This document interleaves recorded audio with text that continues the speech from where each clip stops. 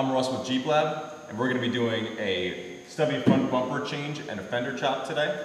We're going to be putting on the LOD Armor Lite stubby front bumper with overrider. The reason we picked this bumper is because we're trying to keep the front end light on this truck.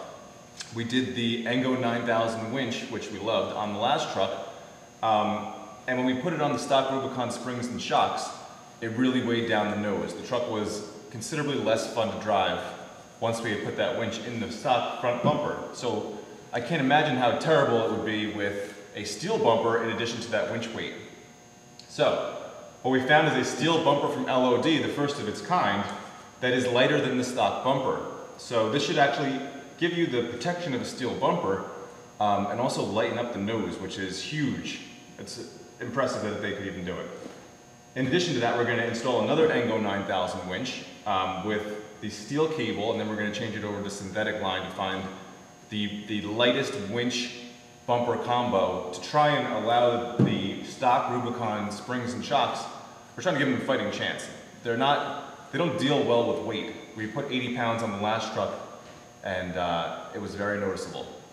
So this is going to be a little less weight because we're going to cut some weight with the synthetic line, and we're going to cut some weight with the bumper, and we're going to see how it holds up. So this is the LOD stubby front bumper. That's the overrider. Just again to talk about how well LOD did the packaging, you can see all this expanding foam which holds it tight inside the package. Again, this 6 or 8 mil plastic, sealed with zip ties. They don't mess around. I mean, just to show you, it's not super exciting, but I mean, the packaging is so well that even with a 30-something pound bumper, it's not coming out. You know, this isn't going to get damaged. That's the hardware for the bumper to mount, but this bumper's in here. If you drop this, or if the UPS driver accidentally banged it around his truck, it's not going to get hurt. And I mean, it just shows the level of detail that they have at LOD for making these things get to the customers without any damage, which, as I've read online in some of the forums, can be a problem. Well, what we've done is we've marked a mostly level line across the front of the fender.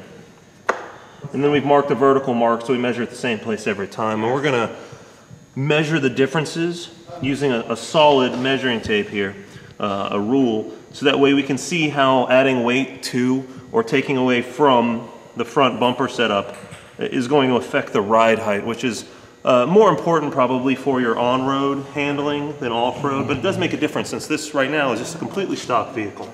So what we've done is we've set a line with the factory setup, suspension settled, at 32 inches. And we're going to add and subtract different components of this setup and just see how it affects the ride height. Because when you add a very heavy winch to the front bumper, it's certainly going to have some effect, and we're trying to capture what that is going to be. So we added the Engo E9000 winch to the front of the stock bumper. We didn't add any of the component accessories that go along with it, like the control box, the roller fairlead, the cables, the nuts, the bolts, etc. And effectively, we lost... Looks like more than half an inch. 3/8 and a half of an inch. If you get it eye level, it's a half an inch. Yeah, it's almost exactly half an inch, which is significant. That's significant for adding just a winch to your front bumper. You're going to be able to feel that on the road, and I was surprised we lost that much, but that's what it is. Show off the welds. That's some good powder coat. It's a beautiful powder coat job. Not a scratch, right? Not one. You almost don't want to put it on the truck? I'm afraid to. Turn a wrench and scratch this beautiful bumper up. Overrider. These are the factory fog lights, which LOD was kind enough to integrate into their front bumper, which is really useful because you don't have to spend any more money than necessary. Now, we've marked the up position on our fog light because they are directional. And what we're doing is, since LOD uses bolts vice the stock screws, we are rounding out the holes a little bit, making them larger so that they will fit over the bolts that are provided by LOD welded into the front bumper. So we are, that's the process we're going through. Just widening out the holes slightly in order to make them fit. Absolutely. We're going to do the next size up probably. Yeah, this fits nice and sharp too. Well, we went to mount these lights, the factory fog lights, into the LOD bumper via these bolts. So we enlarged the holes to fit the bolts in the LOD bumper. And we went to sit the fog light down onto the bumper, and we noticed that the front of the fog light, let's take one that's not yet been trimmed, it didn't sit flush to the design of the bumper on the inside rim here. And what we determined is that there are some plastic bevels on this factory fog light that prevent it from sitting perfectly flush into this hole. So what we're doing is we're trimming those off. Now it's not a terribly hard plastic, so we're able to do it with a simple razor knife. But a Dremel would be ideal for this. You just take a cut-off wheel and zip those right off. So much better than it was. That's the post-trim fits perfect. Yep. These are little marks we're talking about. Right here and right there. So we've taken off the factory bumper with the stubby end caps, and we've added just the LOD stubby front bumper with the factory fog lights, and we've set the hardware on there that would attach it to the frame just to make sure that we have everything on there that would be necessary just to mount the bumper to the vehicle. And we've settled the suspension, and what we've done here is we've measured it again at the same points, and we've gained 1/8 of an inch on either side. So that's just a bumper for a bumper. You gain 1/8 of an inch of ride height. So what we have here, we have mocked up the LOD stubby bumper and with the overrider mounted. And we've been taking measurements so far, and what's really interesting about this here is that with the stubby bumper mounted and the overrider bar and all the hardware necessary to get it onto the bumper, we are at or just above the stock ride height, meaning that you can take this bumper, take your stock bumper off, put this bumper on with an overrider, which offers a lot more functionality, and be at your same stock ride height. So at this point, we have no negative effect. So we have the LOD Armor Lite stubby with overrider mounted up with an Engo E9000 winch, mounted as seen with a standard fair lead steel cable. Now, we took the other previous measurements as you saw, and we'd actually gained some ride height, but once we mounted up the winch, we've lost 1/2 an inch of ride height in the front. And I'm sure that can be felt driving down the road and maybe off-road as well. Twist the ruler a little bit. There we go, a little further. There we go, now I can see it.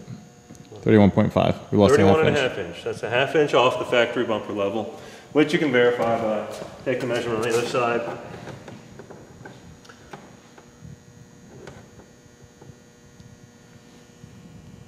Just a little bit, 31.5.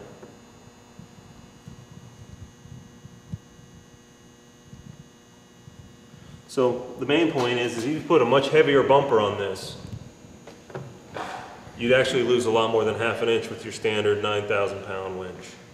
So we went with a bumper that's lighter than stock so that we have as little impact as possible, and we'll have to see what happens when we remove the steel cable and replace it with synthetic line and a different fair lead. Hopefully we'll gain some of that loss back. The Jeep does not drive well with a winch right on the front with the stock suspension now. I don't have the heaviest shocks available that come with like the unlimited 4-door, and maybe I could get some of that feel back, but the front end feels really preloaded with the winch on, with the steel cable and the standard fair lead, and when you hit a bump while cornering, it really feels like it's pushing, and I feel like it's going to result in a lot of tire wear, and it'd be really great if I could get some more weight off the front of this. So I'm hoping when we switch to the synthetic line, it'll improve that somewhat. We'll take some measurements and see if we got any of our ride height back. Let me tell you, this cable is not lightweight. So it has to do something for us. And I think synthetic's the way to go. And the fair lead for the synthetic line is just so much lighter as well. I'm really hoping it improves the feel. All right, so we just wrapped up the bumper change on Jesse's JK. This is the Armor Lite from LOD. This is the stubby. We put on the Engo E9000 winch with the standard steel cable, which weighs a ton, and also the standard fair lead, which is also very heavy. When you put this much weight, the bumper is lighter than stock, or just barely lighter, so it's kind of a moot point. But the winch itself is 80 pounds with this line on it. So when you drop that 80 pounds on your front bumper, you're gonna feel it in your springs, especially springs like these, which are the last 2 digits of 14 on the front springs of his Rubicon. It's a 2-door. Once we put all the weight on, we lost about a 1/2 inch. Once we changed the steel cable and the fair lead, we gained back a 1/4 of an inch? 1/4 of an inch. About a 1/4 of an inch. I honestly didn't think there'd be much of a difference between the ride with the steel cable and the standard fair lead versus the synthetic cable and the Haas fair lead. But to my surprise, it was actually a noticeable difference. You still know there's weight on the front bumper, but it doesn't pull through the turns, and you don't feel like you're so preloaded when you're going over bumps. I mean, we're fortunate enough to have a terrible road right outside of the shop. And I drove up and down at 40 or 50 miles an hour to simulate city/highway driving. Went over some small curbs and bumps, and it actually rides a lot better with this synthetic cable. I wouldn't have thought 25 to 30 pounds would make that much of a difference, but it's marked. So definitely glad we did that, and I'm actually surprised we only lost a 1/4 inch of our ride height with a bumper, because adding the overrider to the stock bumper and having the hooks here, it really is going to make a lot of difference. And glad we did it. Worth the extra $100 for the synthetic line? Oh, 100%. I can't imagine going another way. Now, I don't know how much more durable or not durable the synthetic line is, but that's yet to be seen. We'll do some testing at Roush Creek.